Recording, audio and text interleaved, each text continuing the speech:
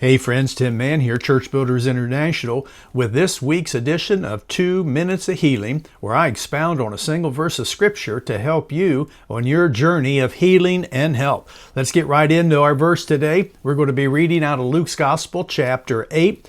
We're going to read verse 50. The story leading up is there is a minister. He is the ruler of the synagogue. He comes to Jesus and he says to him, "My daughter is sick right at the point of death. But you come lay your hands on her, and she will be healed, and she shall live." And so they go on their journey. But as they go, a man from his synagogue came and said, "Your daughter is dead. Don't trouble the master anymore." But it says in verse 50, here's our verse, "But Jesus, hearing it, answered him and said, Fear not, only believe, and she shall be made whole."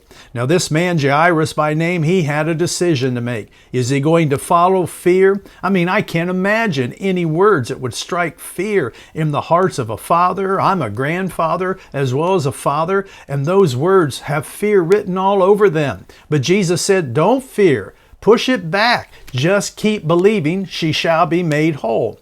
This word fear is the Greek word phobos. It's where we get our English medical term phobias from. It means to be in fear, to be in alarm, fright, to be afraid, exceedingly fearful, in terror.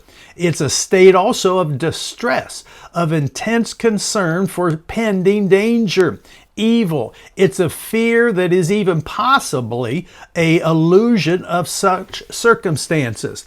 But Jesus said, "Fear not, only believe." So according to Jesus in this verse and dozen others, you cannot be in fear and believing at the same time. The two cannot function together. So when bad reports come, when circumstances start hollering at you, you have a choice. We can either believe what God says and tell fear, "Get out, I'm going to see this through all the way to the end," or we can fall apart in fear and have no help from God. You and I get to be in charge and in control. Hey, I'm going to come back next week with part 2 of Fear or Believe. God bless you.